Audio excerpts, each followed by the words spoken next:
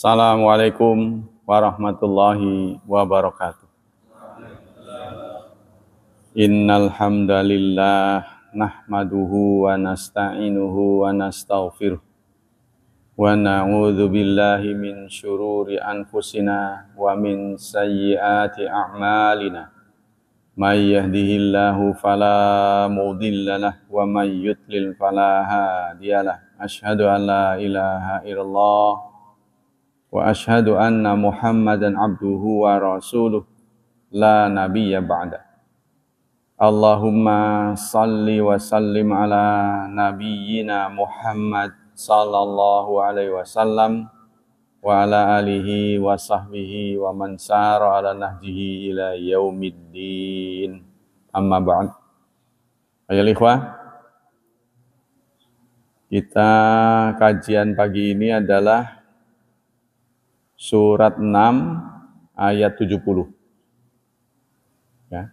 Ini diambil dari tafsir At-Tadabbur wal Bayan, renungan dan penjelasan. Jadi kita diminta oleh pengarang merenungkan ayat-ayat Quran yang diturunkan kepada kita. A'udzu billahi minasy syaithanir rajim. Bismillahirrahmanirrahim. Wa dzaril ladzina ittakhadhu dinahum la'iban wa lahwan wa gharrathumul hayatud dunya. Wa dzakkir bihi an tubsala nafsum bima kasabat laisa laha min dunillahi waliyyu wala syafi' wa in ta'dil kulla adlin la yu'khadh minha ulaika alladzina ublisu bima kasabu lahum syarabum min hamimi wa azabun alimum bima kanu yakfurun. Wadhari, tinggalkanlah dan tinggalkanlah. Siapa yang kita tinggalkan atau biarkanlah, cuekin aja gitu ya Mas ya. Alladzina ittakhadhu, orang-orang yang menjadikan dinahum, agama mereka, la'iban, sebagai main-main, walahwan, dan olok-olok, wa gharrathumul hayatud dunya, dan mereka ditipu oleh kehidupan dunia. Wa dzakkir bihi, ingatkanlah dengan Quran, antubsala, agar tidak terjerumus nafsun seseorang bima kasabat, dengan apa yang dilakukannya. Ingatkanlah dengan Quran supaya orang-orang itu jangan terjerumus karena perbuatannya. Laisa laha, tidak ada baginya, min dunillah, selain Allah, waliyun, pelindung, wala syafi'un, dan pemberi syafaat. Wa in ta'dil, jika dia menebus, ya, membayar tebusan, kulla adlin, dengan segala bentuk tebusan, la yu'khadh minha, tidak akan diterima. Ulaikal ladzina ublisu, orang-orang seperti itu adalah orang-orang yang ublisu, dijerumuskan, bima kasabu, karena apa yang mereka perbuat. Lahum syarabun, kelak mereka akan mendapat minuman, min hamimin, dari cairan yang panas, wa azabun, dan azab, alimun, yang pedih, bima kanu yakfurun, karena apa yang mereka ingkari. Berikut ini adalah fatwa-fatwa atau nasihat-nasihat dari senior kita, yaitu pertama As-Sa'di. As-Sa'di ini gurunya Syekh Utsaimin. Al-maksud minal ibad ayyukhlisu lillahiddin. Maksud dari ayat ini adalah menginginkan kepada hamba Allah ini ikhlas. Sudah saatnya kita itu mengikhlas. Ya. Bi ayya'budu wahda la syarikana. Beribadat kepada Allah tidak ada serikat baginya. Wa yubzilu maqdirahum fi mardati wa mahabbi, dan memberikan sesuai dengan kemampuan untuk mendapatkan ridho dan cinta Allah Subhanahu wa taala. Apa yang kita mampu sekarang. Wa dzalika mutadammin li iqbalil qalbi, itu semua mencakup kesediaan hati kita ya untuk Allah, wa tawajjahu ilaihi, dan tawajuh kepadanya, menghadap Allah maksudnya. Wa qaunu sa'yil 'abdi nafian wa jiddan la hazlan, dan begitu juga usahanya itu jangan main-main. Ya, sungguh-sungguh. Wa ikhlasan liwajhillah, serta ikhlas. La riya wala sum'ah. Jangan riya, jangan sum'ah. Kalau riya itu pengen dilihat, sum'ah pengen didengar. Hadza huwa ad-dinul haqiqi. Inilah agama yang sebenarnya. Alladzi yaqala lahu dinun, yang disebut din. Nah, ya. Jadi kalau kita betul-betul berislam, sudahlah. Jangan lagi berpura-pura gitu ya. Jangan lagi tampil main-main. Mempermainkan, memperolok-olok agama itu. Nanti akan rugi sendiri. Sudah saatnya kita tidak bercanda lagi, karena waktunya sudah semakin dekat. Fa amma man za'ama annahu 'alal haq wa anna sahibu dinin wa taqwa wa qad ittakhadha dinahu la'iban wa lahwan bi anna laha qalbuhu an mahabbati wa ma'rifati wa aqbala ala kulli ma yadurruh wa laha fi batilihi wa la'iba ma fi badanihi li'anal amal wa sa'ya idza kana li ghairina fa huwa la'bun. Adapun orang-orang yang ngaku-ngaku ya bahwa dia sudah benar, dia orang yang beragama, dia orang yang bertakwa, tapi dia mempermainkan agama. Ya, jadi menggunakan simbol-simbol agama untuk menjadi bahan tertawaan.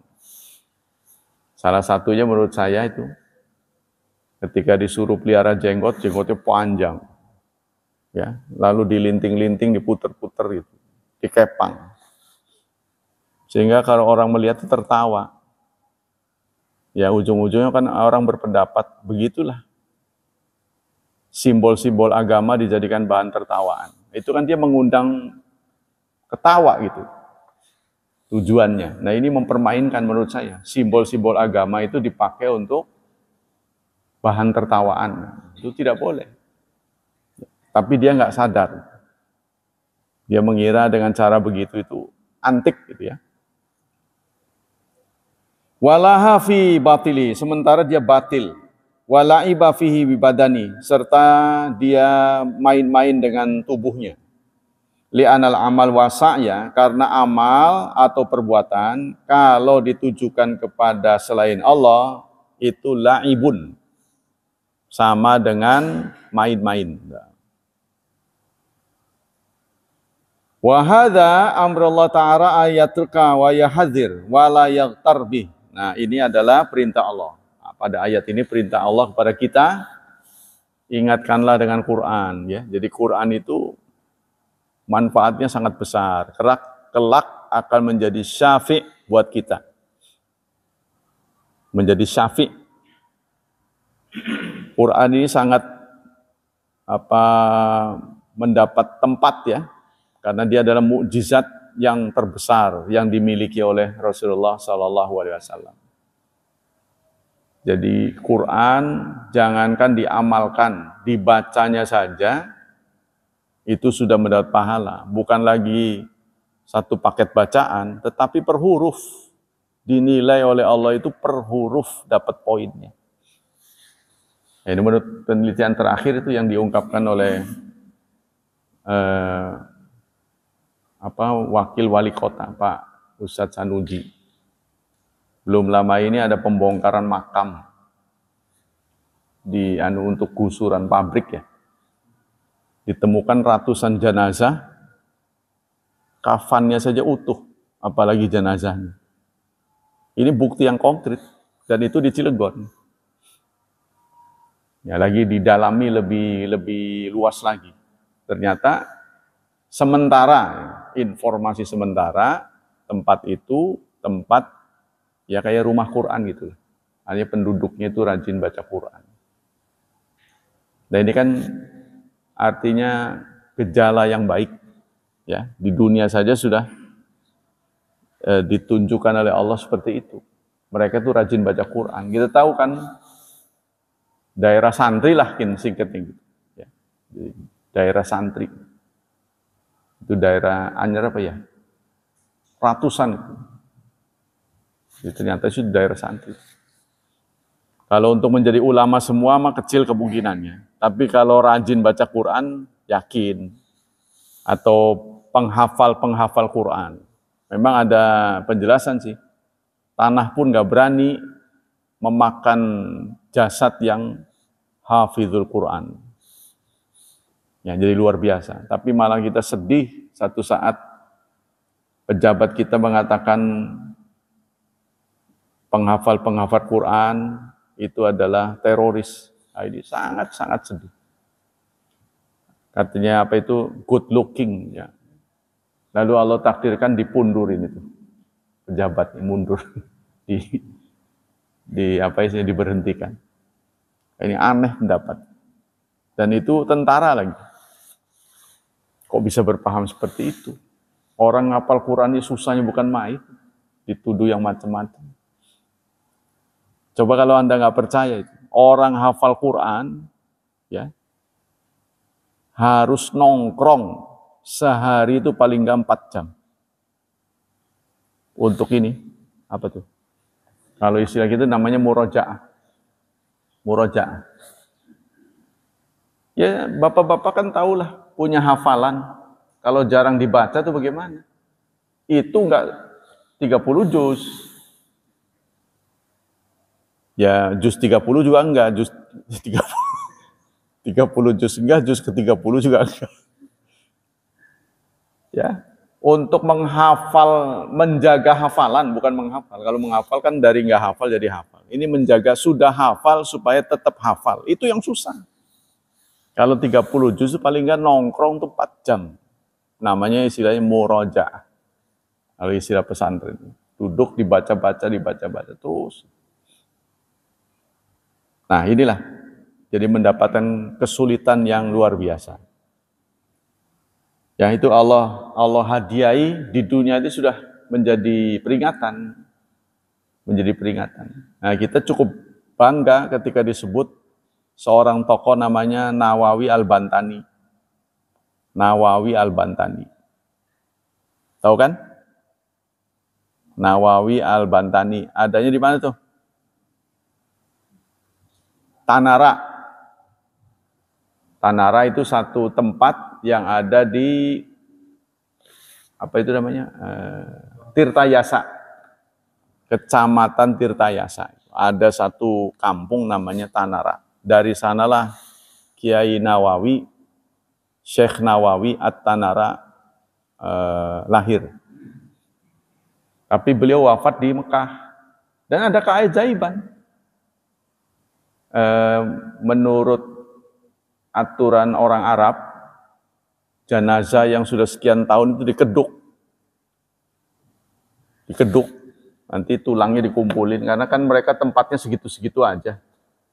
Ya, jadi dikeduk. Dan kali itu terkena makam Syekh Nawawi. Sama, jasadnya juga utuh. Dan itu disaksikan oleh orang sana. Ada 2 kiai. Satu Kiai Nawawi, satu lagi dari Minang. Dari ranah Minang. Siapa itu? Tuh orang Minangnya tahu tuh, siapa? Ah, itu. Itu dikeduk juga utuh. Ya orang Minang sekarang nggak tahu.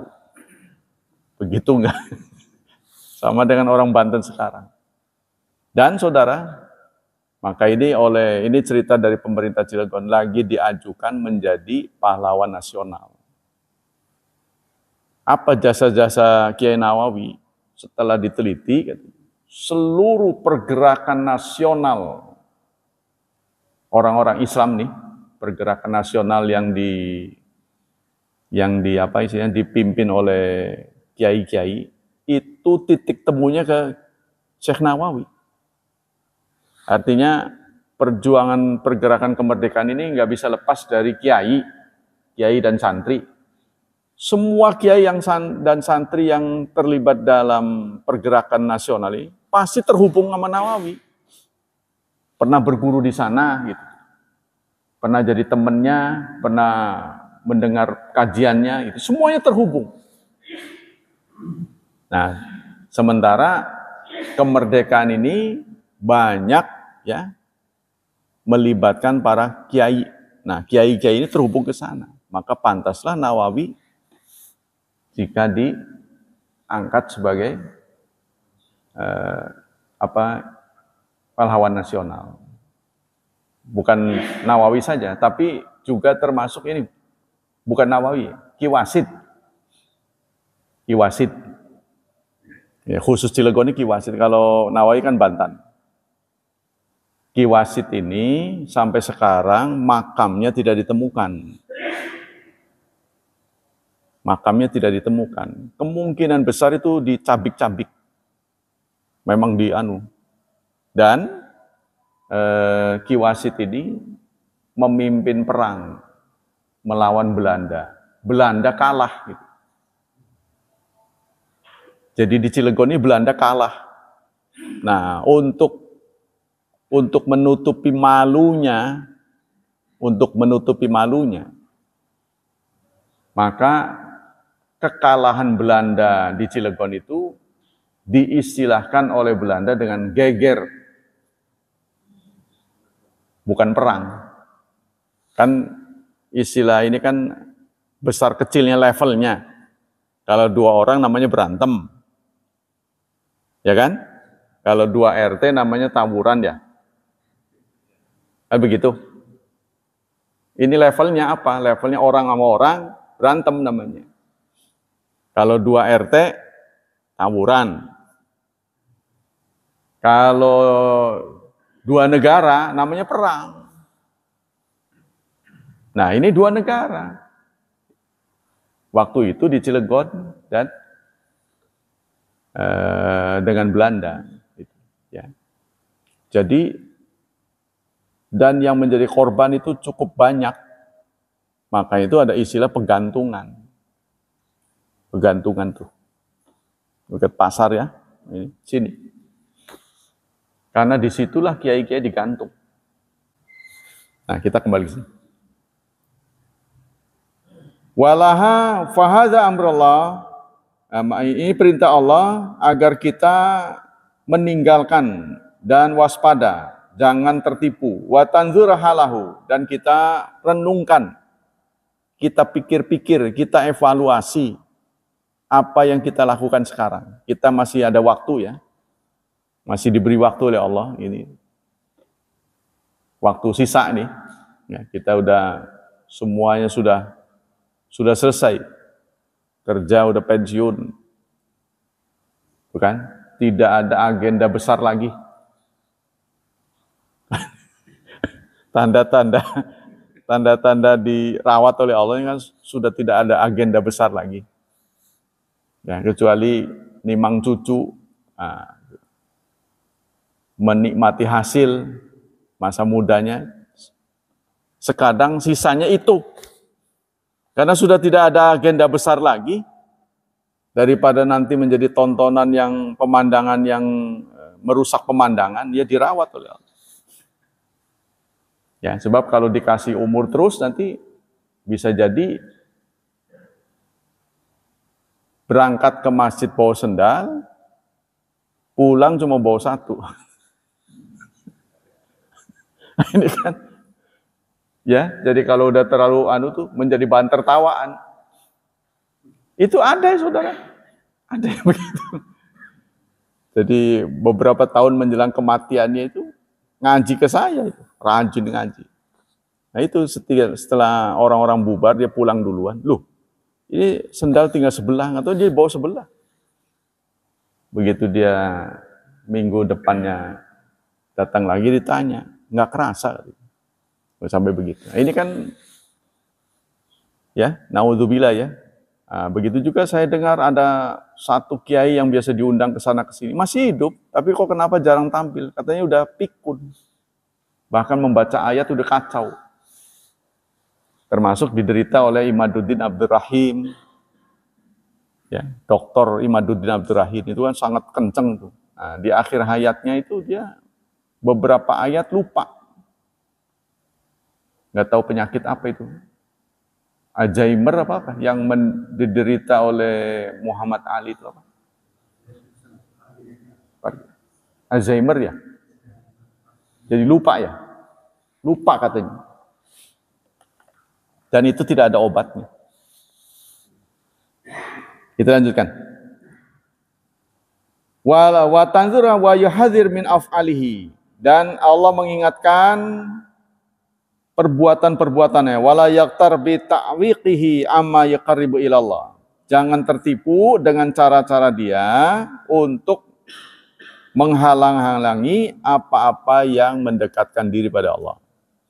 Jadi kalau kita ada keinginan untuk mendekatkan diri pada Allah dalam bentuk apa, segera. Ya, sebab kita tidak tahu waktu kita tersisa berapa. Wa dzakir bihi, dan ingatkanlah bihi dengan Quran. Bihinya itu bihi dengannya, dengan Quran maksudnya. Ma yanfa'ul ibad, apa-apa yang bermanfaat buat hamba Allah.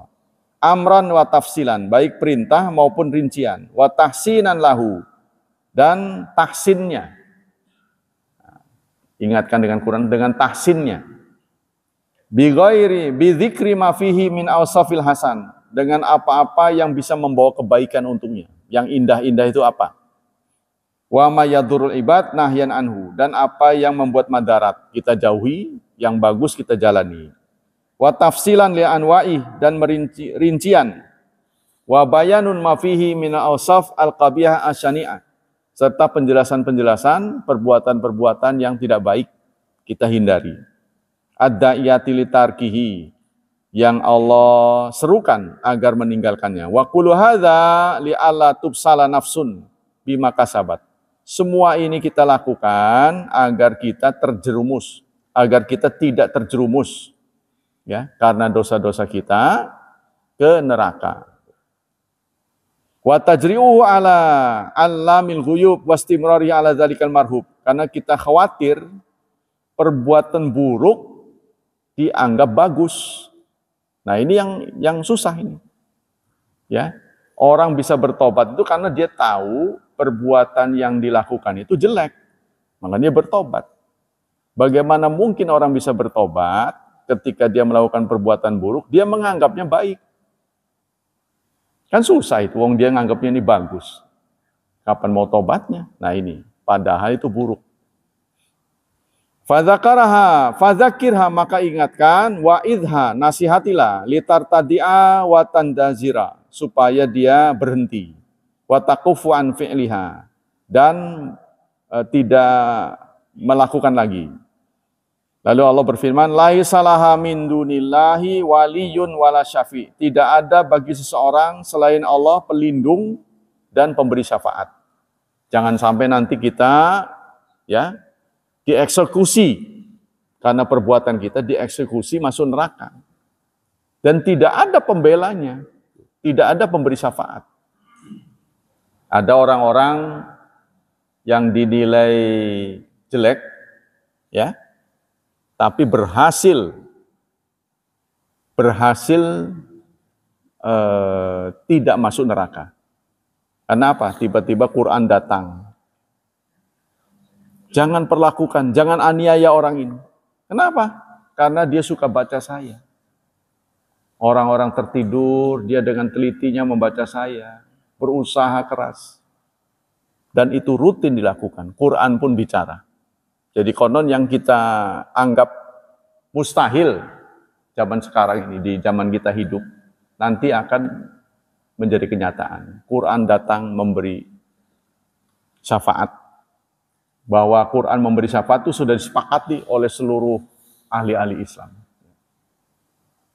Bahkan kalaupun seseorang ditempatkan di kapling yang tidak sesuai, mestinya kaplingnya bagus, tapi ditempatkannya nggak bagus. Quran ini protes. Jangan di situ. Kenapa? Karena dia membaca saya itu sering sekali. Nah, maka dipakai itu. Bacaan rata-rata seumur hidup berapa? Berapa kali sudah ditamatkan Quran ini? Minimal ya, sebagai bentuk pengakuan kita beriman kepada kitab suci. Nah, begitu para ulama mengatakan, kita kan beriman kepada Quran. Minimal seumur hidup pernah tamat 30 juz. Pernah membacanya. Jadi surat-surat ini kan surat-surat Allah sudah dibaca. Ya orang kirim surat kan supaya dibaca. Udah numpuk, udah dibaca semua. Minimal sekali. Ya, sebagai wujud dari pengakuan kita beriman kepada kitab suci. Itu minimal 30 juz, satu Quran. Nah, makin banyak makin bagus. Nah, usahakanlah punya catatan tersendiri yang terus-menerus kita baca. Kita biasakan, kita rutin. Contohnya, kalau mau mengerjakan apa, kita duduk dulu baca. Walaupun cuma selembar. Mau tidur, baca. Bangun tidur, baca. Mau baca koran, baca dulu. Mau baca WA, baca dulu. Ini lama-lama dikumpulin banyak. Jadi ada aplikasi, saudara, di HP ini yang bisa mendeteksi halaman yang kita baca. Nah itu pilihlah aplikasinya. Ada aplikasi Mushaf ya di Google Store ya, Play Store, yang bisa mendeteksi terakhir kita baca. Contohnya kita baca halaman 300, nah, lalu kita udah satu lembar saja. Nanti begitu kita mau baca lagi, ada tuh tandanya halaman 300. Berarti kita lanjutin 301, begitu terus. Jumlah halaman mushaf kan 604. Ya, sehingga ada gerakan one day. One day, one juz, ada gerakan itu. Tapi itu ada niat baik, orang ngeritik lagi bid'ah katanya. Jadi apa-apa yang bagus bid'ah. Ya dulunya memang Rasulullah nggak pernah begitu, tapi ini kan kita banyak kelemahan. Jadi artinya kalau nggak membiasakan begitu, nantinya nggak merasa ngutang gitu loh. Ya, one day, one juz itu kan ada gerakan itu. Nah, kenapa one day, one juz? Karena jumlah halaman 604. Gitu. Sementara Quran ini dibagi 30 juz. Jadi berapa tuh? Rata-rata 20 lembar. 20 lembar, 20 halaman. Ya. Maka 20 halaman ini kita baca sehari semalam. 24 jam itu 20 halaman. Nah, kalau kita membiasakan diri ba'da salat, katakanlah 5 lah. Berarti 20 dibagi 5, 4 halaman. Ya. Setiap salat 4 halaman, setiap salat 4 halaman. Baik sebelum maupun sesudah. Pokoknya 4 halaman saja. Ini kan 1 halaman, halaman 1, 2, 3, 4, cuma segitu aja. Maka kalau konsekuen, kita akan selesai 1 juz per hari. Tapi kan kadang-kadang kita kagol, maka usahakan jangan 4, 6. Tuh. Ya, jadi tercover nanti, oh udah selesai. Nah, besok lagi juz keberapa. Atau kalau saudara mau pilih, sesuai dengan tanggal saja. Kalau tanggal 6 berarti juz ke-6, tanggal 7 juz ke-7, nanti 30 selesai. Tapi nggak semua bulan kan 30 hari kan. Yang jelas kalau masanya 30, 31, 30 kecuali Februari, ada 28, 29. Ya kalau 31 lah, yang satunya nambah apa. Nah itulah cara-cara kita untuk rajin baca Quran. Usahakan juga supaya rajin kita punya terjemah. Ya, apa maksudnya ini? Kalau nggak ngerti kita tandain, tanya. Nah, kita lanjutkan. Wa in ta'dil ai laisa laha min dunillah waliyun wala syafi. Tidak ada pelindung, tidak pula pemberi syafaat. Qil qabla ain tuhita biha dzunubuha. Sebelum dosa-dosa kita ya meliput. Summa la yanfa'u ahadu minal khalqi, tidak ada satupun yang memberi manfaat pada kita. Karena pada umumnya Allah menyatakan tidak ada selain Allah wali, tidak ada selain Allah syafi', dan tidak ada yang bisa menebus. Karena ini kebiasaan di dunia. Katanya kita di dunia ini kalau menghadapi kesulitan, pasti kita akan menggunakan salah satu dari 3 cara. Satu, pelindung. Ya, kita menghadapi kesulitan, kita cari siapa yang bisa melindungi kita. Yang kedua, pemberi syafaat. Pemberi syafaat itu bisa menggantikan. Nah, kalau ini tebusan, bisa kita tebus. Ya, biasanya kan kita nggak mau repot, kita ke biro jasa, kan kita tebus itu. Ada uang yang keluar kan, nah, untuk mendapat kemudahan kan. Nah, terus kalau kita ada lambat, ada cepat, gimana? Yang cepat bayar, contohnya jalan tol kan bayar. Nah, itu berarti ada pelindungnya. Kan pakai kartu tol, kalau nggak ada ya balik lagi lah. Gerbangnya nggak mau terbuka. Biasanya hidup di dunia ini kita pasti membutuhkan 3 ini. Tapi di akhirat tidak berlaku. Nah, maka Allah ingatkan ini. Sebelum hari itu tiba, ya, uang nggak dibawa, ya memang kita pergi tanpa dibawain uang kan. Apa yang kita bisa tebus? Salah satu-satunya adalah amal. Yaitu tadi, diantaranya Quran, ya, yang akan memberi syafaat. Dan terutama Nabi kita Muhammad Sallallahu Alaihi Wasallam. Maka kita diminta juga untuk memperbanyak sholawat. Mau masuk masjid, sholawat dulu. Allahumma salli ala Muhammad wa ala ali Muhammad. Allahumma ftahli abwaaba rahmatik. Mau keluar masjid, sholawat lagi. Allahumma salli wa sallim ala nabiyyina Muhammad Sallallahu Alaihi Wasallam. Allahumma inni as'aluka min fadlik. Ba'da wudu ada juga sholawat kan? Ada doa pada Rasulullah kan? Nah, terus saja begitu. Kalau kita nganggur juga, banyak waktu luang, baca sholawat.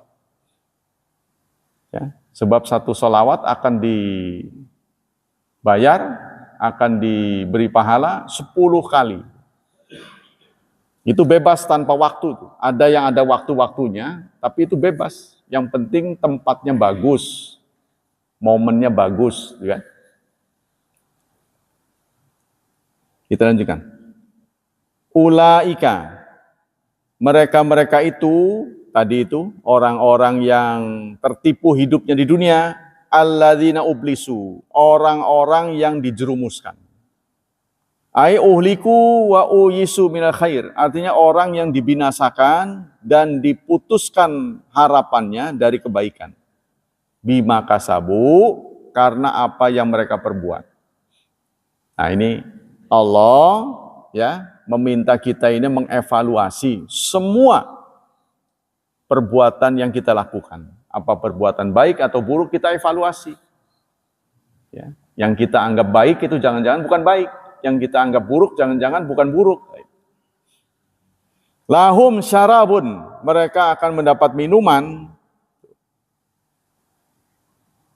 min hamim, dari cairan yang panas. Tentu saja cairannya berbentuk apa? Katanya sih ter, diantaranya salah satunya ter. Ter yang panas. Tuh, kalau orang lagi ngaspal itu kan, ada ternya tuh, coba kepletikan, waduh, tuh langsung merah aja gitu, kaki kita. Ya kalau nggak percaya, coba-coba dulu nggak apa-apa. Aimaun harun, artinya cairan yang panas, qadin taha harruh, yang tidak bisa diukur panasnya. Ya, sebagai gambaran, air mendidih itu 100 derajat. Di atas permukaan laut ya, 100 derajat. Tapi kalau nanti di atas permukaan laut yang tinggi, seperti di puncak, di Batu Raden tuh, tempat dingin lah. Itu mungkin lebih dari 100. Sebab begitu umum digeletakin udah turun banyak tuh. Tapi kalau di tempat kita lama karena memang panas. Nah, itu 100 derajat. Ya, ini sebagai gambaran lah. Kemudian titik didih baja itu 1.500, 1.300 sampai 1.500 derajat. Itu keterangan dari orang KS. Yang bagian apa itu? Ya, bagian pembakaran. Saya suka diundang di HSM. Kadang-kadang pas lewat itu karena datang ke sana itu waktunya masih lama untuk khutbah, untuk kajian. Melihat itu. Ya, terbakar, bunyi. Itu yang segitu aja sebidang itu udah ngelihatnya juga nggak tega. Apalagi lautan api. Wah, kita nggak bisa membayangkan. Naudzubillah, jangan sampai keluarga kita diceburin situ. Ya, keluarga kita, sanak keluarga kita, sanak famili kita. Waduh, kita pasti ngelihatnya aja, apalagi kita yang ngelihatnya aja udah nggak tega. Pasti melengos. Nah, titik didih baja itu 1.500. Matahari, corona matahari, itu titiknya itu suhunya 6 juta derajat. Ya, saudara kalau nggak percaya, punya bohlam apa di rumah saudara yang paling terang? Coba yuk ditaruh di ujung bambu, taruh ke atas, suram kayak 5 watt. Matahari itu kita lihat tuh, begitu jauh ya, 147 juta kilometer dari kita. Terangnya bukan main, kita pun ngelihat mata silau. Nah, itu kurang lebih 6 juta derajat Celcius. Nah, udah tuh, ya, itu yang paling panas tuh. Menurut Rasulullah itu baru 1/70 jahanam panasnya. Jadi 1/70 panas jahanam. Nah, itu kan udah panas sekali tuh yang kita temui di dunia ini. Jadi api dunia itu cuma 1/70 dari api jahanam. Kita nggak bisa bayangkan ya, seperti apa panasnya. Udah, kita nggak bisa. Kita nginjek puntung rokok aja udah sumpah serapah. Siapa yang buang sembarang, itu pasti udah begitu. Nah, mudah-mudahan kita jangan sampai ya mengalaminya. Maka kita ini masih tersisa waktu, tolong. Ngerti nggak ngerti, sering-sering baca Quran, tapi usahakan ada peningkatan. Yang dulunya nggak ngerti, udah nggak usah malu-malu. Ikut tahsin. Kalau bacaannya masih seret, ikut tahsin. Apa yang kita nggak ngerti? Kalau kita punya mushaf pribadi, tandain aja ini nggak ngerti cara bacanya. Ya, sebab kalau kita nggak ngaji nanti bacanya asako. Ya kan? Ala ro, padahal kan alif lam ro. Nanti dikiranya ala ro. Asako, padahal ain sin qaf. Kalau nggak ngaji salah nanti ya. Wa azabun alimum bima kanu yakfurun, dan mereka akan mendapat azab yang pedih karena kekafiran, karena apa-apa yang mereka ingkari. Muhammad Rashid Ridho, murid dari Muhammad Abdu, ya, berkata, al-muradu min hadil ayat wa ma fi ma'naha ibtalu asli min usuli wasaniyah, ya, menetapkan batilnya keyakinan berhala, penyembah berhala. Paganis istilahnya. Batilnya penyembah berhala. Nah, saudara kalau nggak percaya tuh betapa lengketnya penyembah berhala, lihat aja penyembah berhala. Secara logis itu. Apapun yang dicipta, dia akan melayani penciptanya. Kan begitu? Ya, kita sudah mengenal sains dan teknologi. Wah, cuaca panas, kita bikin AC. Kan AC melayani kita. Ada remote, mati, istirahat dulu, ternyalain lagi. Kan dia melayani kita. Itu kan? Kita buat keramik ini, sehingga berbentuk begini kan untuk mewadahin cairan. Dia melayani kita untuk kepentingan ini bukan dibuat tutup begini supaya aman, melayani kita. Tapi mengapa penyembah berhala? Kan tinggal dibikin aja, dibentuk.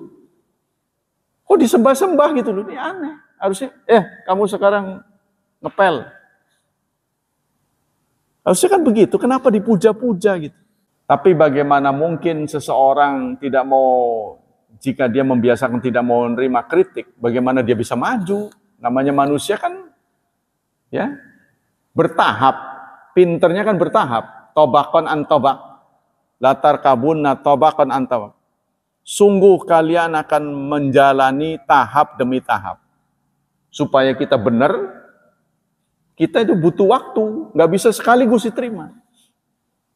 Karena itu guru kalau udah melihat orang tuh murid-murid udah paleng itu, udah jangan diterusin, sebab kalau muntah nanti dia. Bisa stres. Nah, kita lanjutin. Ulaika menurut Muhammad Rashid Ridha kanai likasir mina maqasid fid dunya bitaqdimil fitya lillahi ta'ala. Nanti akan tiba waktunya ya, mereka punya kebiasaan saat menghadapi kesulitan itu dengan tebusan. Kan begitu kan? Nyogok. Terus minta tolong kerabatnya. Di dunia begitu biasanya kalau menghadapi kesulitan. Tapi nanti di akhirat semua tidak berlaku. Ini Allah ingatkan kita, nanti semua itu tidak ada. Aibi wisata wisata, artinya dengan perantaraan seseorang yang bisa menyelesaikan.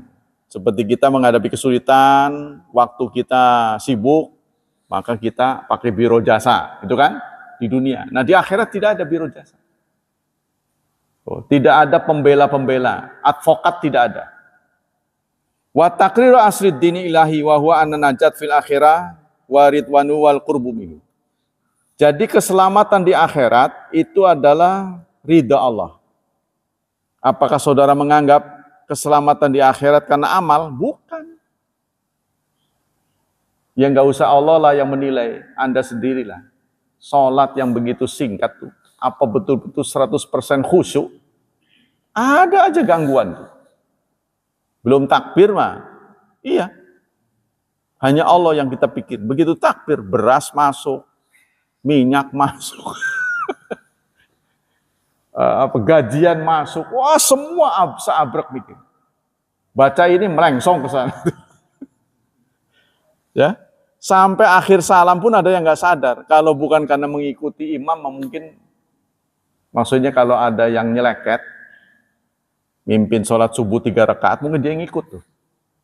Karena ngelamun, duduk ikut duduk, bangun ikut bangun. Dia nggak sadar udah berapa rakaat ini. Kalau imamnya nyeleket gitulah. Ya, sholat subuh 3 rakaat, sholat zuhur dibikin 3 rakaat. Menurut nggak dia? Jadi kalau yang protes, subhanallah berarti ingat itu. Tapi kalau yang nggak protes, ngikut aja. Berarti lagi ngelamun. Nah, sholat kita pun seperti itu nilainya. Ya, jadi hampir semua amal kita ini cacat, saudara. Kalau mau dinilai dari, nggak ada yang betul-betul mulus.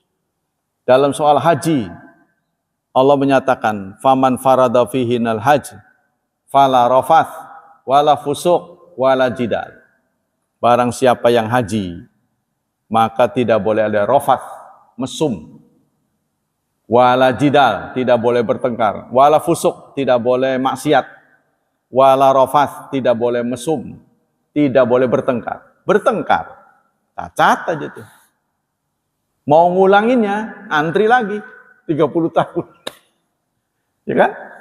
Waduh, susah sekali. Semua orang kepengen ngulang haji itu karena dia mengevaluasi, wah banyak salahnya saya. Banyak salahnya, mestinya begini tapi begitu. Mestinya begini, mestinya begitu. Kurang afdal. Maka dia kepengen ke sana lagi. Tapi itu udah kecil kemungkinannya. Kecuali kita dapat undangan raja. Dapat undangan raja bisa langsung. La tunalu illa bima syara Allah. semua kebaikan menurut ajaran Islam itu tidak bisa kita dapat kecuali ada dalilnya.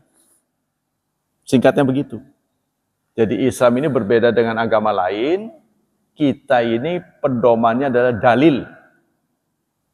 Kenapa Anda, kata orang-orang non-muslim itu, ngatain mereka itu menyembah berhala? Anda sendiri juga sama. Sama mananya? Nah itu Anda kan menyembah tembok. Ini kalau orang sholat berjemaah ini kan soft awal kan nyembah tembok. Dinding. Ya kan? Ini ada dalil. Kalau nggak ada dalil mah nggak boleh. Contoh dinding sih dinding, tapi kalau kuburan, kalau ini kuburan kan nggak boleh. Ya kan? Nah, jadi ada dalilnya. Islam itu dalil. Inilah yang berat buat sementara orang. Apa-apa harus ada dalil. Kalau tidak ada dalil itulah namanya bid'ah. Jadi ibadat yang tidak ada dalil itu bid'ah. Contohnya saudara, kita ini masih ada perbedaan-perbedaan yang masih dibolehkan. Tapi satu-satunya yang saya belum temukan dalil itu kalau salam membalik tangan. Masih ada 1-2 orang itu membalik tangan. Saya sampai hari ini belum pernah menemukan dalil. Ya, kalau Assalamualaikum warahmatullahi ini tangannya dibalik ke kanan, nanti ke kiri. Saya pernah menyaksikan seorang kiai begitu saat sholat jenazah malah lebih parah. Yaitu saat almarhumah Tuti Alawiyah ya, Syafi'iyah itu. Anaknya, anak Syafi'i, pemimpin Syafi'iyah di Jakarta itu. Waktu disolatkan itu kiainya Assalamualaikum warahmatullahi, pada berdiri dia. Oh begini, saya belum sampai detik ini. Baik dari kitab yang ngelembreh sampai yang cingkrang, belum ketemu ada dalil yang membolehkan. Begini dan begini. Nah ini nggak tahu dari mana. Tapi yang lain-lain perbedaan kita seperti kunut tidak kunut ada dalilnya. Walaupun yang tidak make mengatakan tuh doif gitu kan. Itu kan sudut pandang kan. Ada dalilnya yang penting. Tapi kalau itu nggak ada dalil. Makanya kalau masuk dalam kategori itu bid'ah mungkarah. Mungkarah itu tidak populer. Bid'ah yang tidak dikenal orang. Kalau ini bid'ah biasa. Jadi nggak ada dalil. Nah, kita diminta untuk mengevaluasi apapun yang kita lakukan, ada dalilnya enggak begini. Contohnya begini saudara. Kalau tiba-tiba perusahaan KS nih mendatangkan besi, ya berbentuk produksi mereka, apa gelondongan, apa dalam kawat, 10 ton di delivery, ya, jadi dipaketin ke satu perusahaan. Lalu ditolak. Tuh siapa yang pesen? Nah, alih-alih dia mendapat upah malah dapat penalti karena mengganggu lalu lintas, saudara. Bisa dapat hukum. KS pernah mengalami kerugian besar saat dia membawa pesanan itu dengan kapal telat oleh Jepang apa itu. Waduh, besar-besaran itu. Nggak tahu tahun berapa itu pernah terjadi. Nah ini sama dengan istilah ini. Siapa yang nyuruh kamu begitu? Dulu kamu sholatnya begitu. Siapa yang nyuruh? Mana itu pesanan dari kami? Nah ini pesanan dari Rasulullah, dari Allah Subhanahu Wa Taala ini disampaikan oleh Rasul. Nah itulah yang sesuai dengan Quran dan Sunnah. Sementara yang dibahas ini saudara, agama ini banyak. Karena Islam ini agama sempurna. Jadi apa saja ada aturannya. Nah aturannya harus sesuai dengan dalil, ini yang payah. Payah buat kita. Berat. Ulaikal ladzina ublisu bima kasabu. Mereka itulah kelak yang akan dijerumuskan ke neraka karena perbuatan mereka. Ai ulaikal mausufuna bima zakarahum alladzina uslimu lil halakah. Mereka itu sama dengan menyerahkan diri untuk dieksekusi. Maksudnya begitu. Ini sama dengan orang yang menyerahkan diri untuk dieksekusi. Seperti kita tahu, Allah berfirman, Ya ayyuhal insan, wahai manusia. Jadi manusia, seruan manusia ini umum, ya. Orang kafir manusia, orang Islam apalagi. Innaka kadihun ila rabbika kadhan. Kalian itu kadih. Kadihun ini innaka kadihun, innaka ini kamu. Kamu satu demi satu. Sendiri-sendiri, kadihun. Itu mobile menuju Allah. Jadi kita maksudnya Allah dalam ayatnya menjelaskan, kita detik demi detik ini terus mendekati Allah, artinya mendekati ajal. Jadi kayak kena magnet gitu, kadihun itu, nggak kerasa kita, waktu demi waktu terus deket-deket sampai waktu titik tertentu udah innalillahi wa inna ilaihi raji'un. Apapun yang kita sedang lakukan.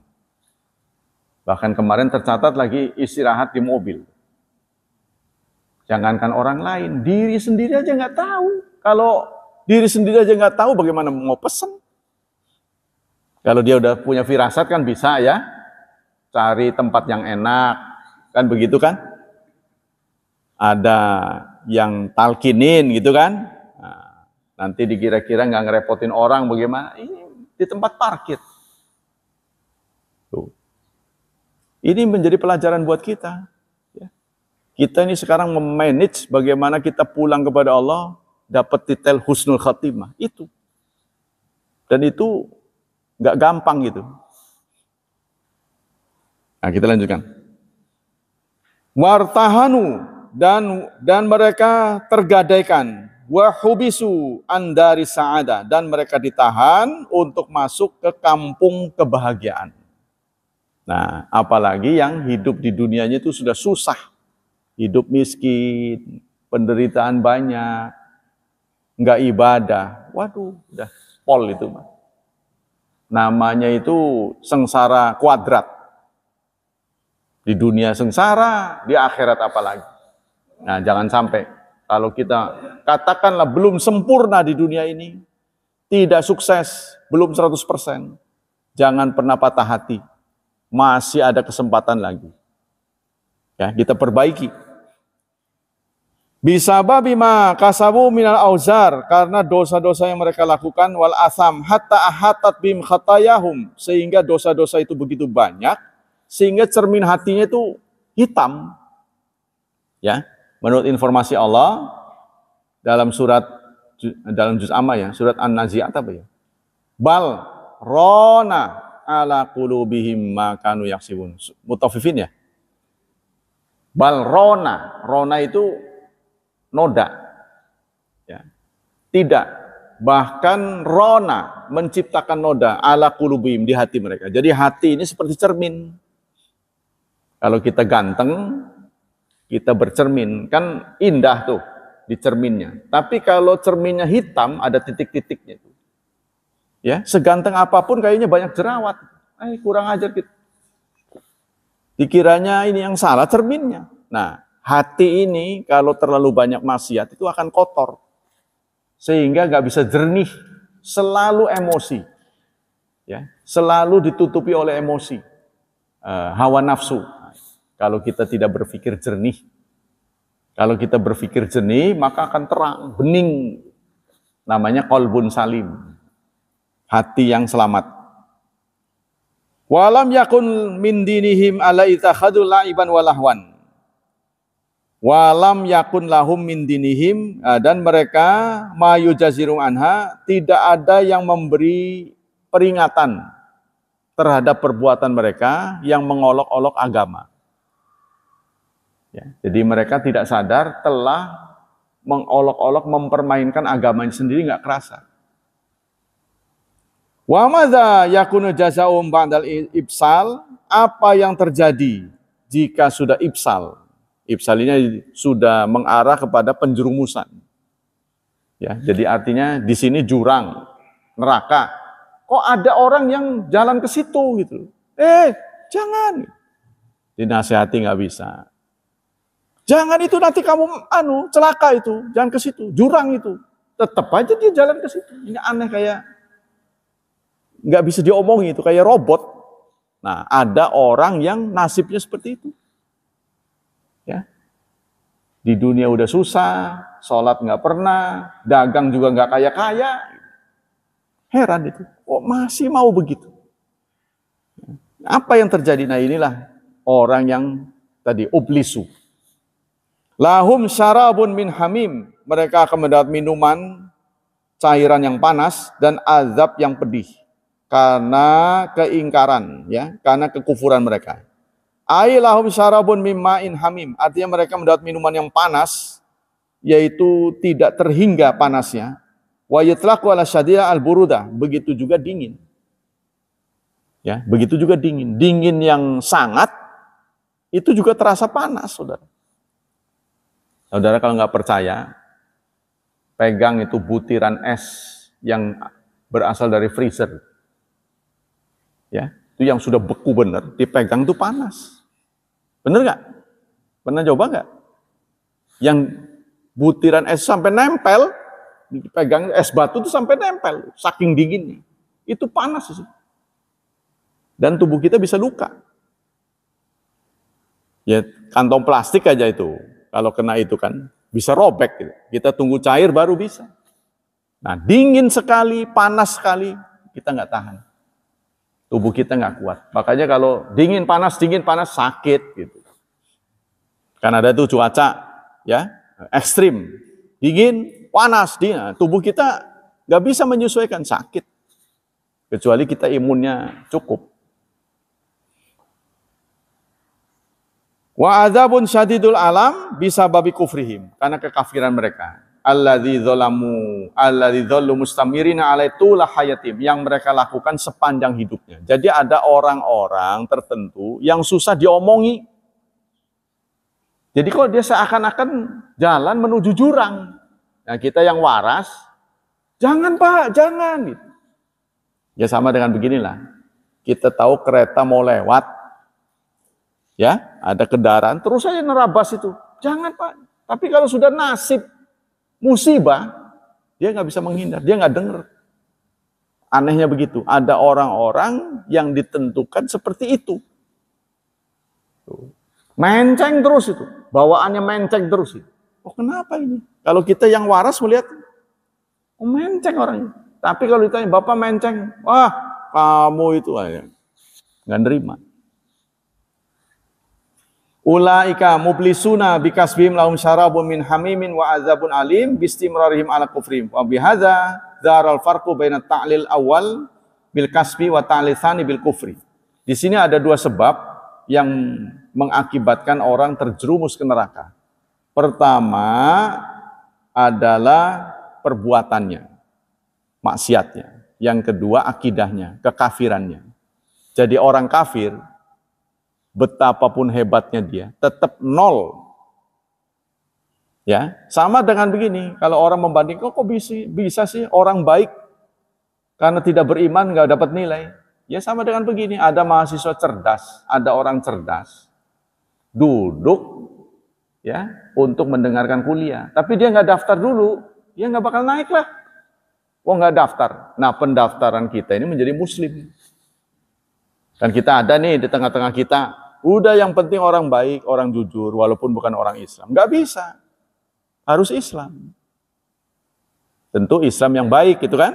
Nah, tapi syarat, Islam itu menjadi syarat. Nah sama dengan inilah, nggak beda dengan pejabat kita. Itu harus warga negara Indonesia. Betapapun pinter orang itu, betapapun jenius, kalau kita angkat jadi pemimpin kan nggak boleh kalau bukan orang Indonesia. Kan pernah terjadi kan? Menteri diangkat menteri, nggak taunya warga negaranya Amerika. Kan pernah di Indonesia ini. Memang dia orang Indonesia, tapi dia sudah menjadi warga negara Amerika, diangkat jadi menteri. Ini verifikasinya bagaimana sih? Pantas saja orang nggak lulus bisa jadi. Karena itu dulu juga pernah kejadian. Teledor ini. Ya kan? Nah, demikianlah hadirin hafizani wa hafizakumullah. Jadi keseluruhan ayat ini menginspirasi kita untuk mengevaluasi ulang perbuatan kita ini. apa yang kita bisa tingkatkan. Ya. Karena kita berharap goalnya itu adalah husnul khatimah. Goalnya. Nah, bagaimana caranya? Menggiring bola ke kiri apa ke kanan, apa lurus. Nah, ini kan butuh evaluasi, butuh kecerdasan. Jadi kalau kita memikirkan usaha dengan takdir, kan? Kita di satu sisi diminta untuk berkreasi. Kreatif dong, jangan jangan diem aja. Usaha dong supaya berhasil. Tapi di sisi lain itu kita menghadapi kenyataan, ada yang usahanya biasa-biasa saja, berhasil. Tapi ada yang sampai katanya keringet sampai tekang ning silit-silit, sugi mau gitu. Sampai begitu. Itu kenyataan, saudara. Lah inilah maka para ulama mengatakan masuk tidaknya seseorang ke surga itu nggak bisa dilihat dari itu. Kalau dia dilihat dari itu susah. Jangankan soal surga. Target sajalah di dunia ini. Contohnya target kita ini apa? Kaya.